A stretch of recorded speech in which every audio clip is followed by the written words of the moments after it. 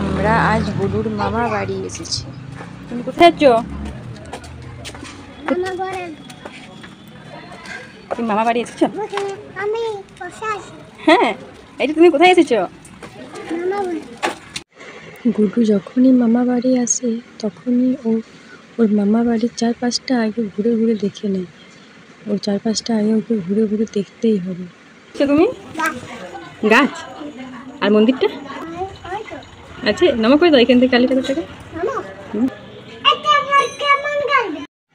এই গাছটার সামনে দাঁড়িয়ে ও একটু নিজের ফটো শ্যুট করে নিচ্ছিল।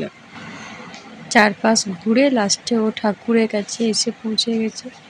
ঠাকুরকে এবার নমো নমো করবে। দেখো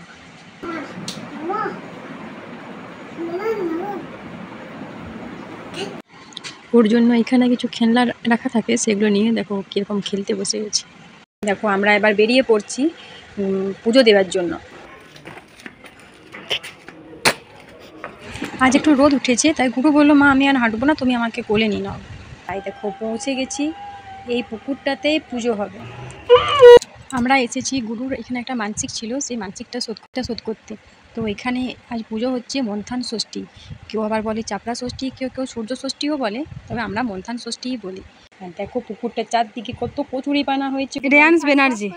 আমাদের পুজো দেওয়া হয়ে গেল, ওর দিদুন ওর মাথাতে টিকা লাগিয়ে দিল ঠাকুরের। এরপর আমরা বাড়ি যাব। কাজুটা মামা বাড়ি গিয়ে ও কাজুটা আগে খাবেই। কে রে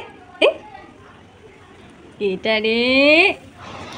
এখনের মতো টাটা, বাই বাই, আরও পরে আসবো আমরা।